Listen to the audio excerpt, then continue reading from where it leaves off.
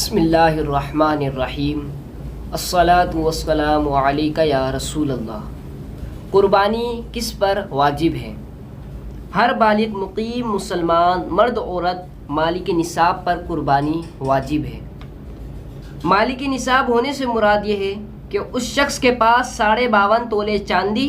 یا اتنی مالیت کی رقم یا اتنی مالیت کا تجارت کا مال یا اتنی مالیت کا حاجت اصلیہ کے علاوہ سامان ہو، اور اس پر اللہ عز و جل یا بندوں کا اتنا قرضہ نہ ہو جسے ادا کر کے ذکر کردہ نصاب باقی نہ رہے۔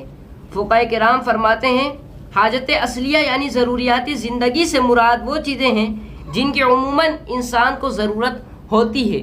اور ان کے بغیر گزر اوقات میں شدید تنگی و دشواری محسوس ہوتی ہے، جیسے رہنے کا گھر، پہننے کے کپڑے، سواری، علم دین سے متعلق کتابیں اور پیشے سے متعلق اوزار وغیرہ۔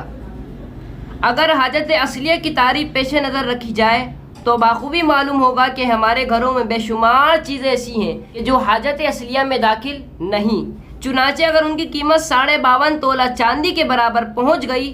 تو قربانی واجب ہوگی۔ اگر کسی شخص کے پاس رہائشی مکان کے علاوہ مکان ہو جو کہ کرائے پر ہو، یا استعمالی گاڑیوں کے علاوہ گاڑیاں ہوں جو کرائے پر ہو اور ان کے کرائے پر ہی اس شخص کی گزر بسر ہو، ان چیزوں کی آمدنی ہی اس کے اہل و عیال کے نفقے یعنی گزارے کے لیے ہو، یوں زراعتی یعنی کھیتی باڑی کی زمین ہو یا بھینس یا دیگر جانور ہو اور ان سے حاصل ہونے والی آمدنی ہی سے اس کا اہل و عیال کا نفقہ یعنی خرچ پورا ہوتا ہو، تو ان چیزوں کی مالیت قیمت اگرچہ نصاب سے زائد ہو، اس کی وجہ سے اس شخص پر قربانی و صدقہ فطر لازم نہیں ہوگا۔ اگر اس زمین یا مکان یا گاڑی یا دکان یا جانور وغیرہ سے آمدنی نہ ہو یا آمدنی ہو لیکن گزر و بسر و نفقہ اہل و عیال کے لیے دیگر آمدنی ہو، تو ایسی صورت میں ان چیزوں کی مالیت نصاب کی مقدار ہونے پر قربانی و صدقہ فطر لازم ہوگا۔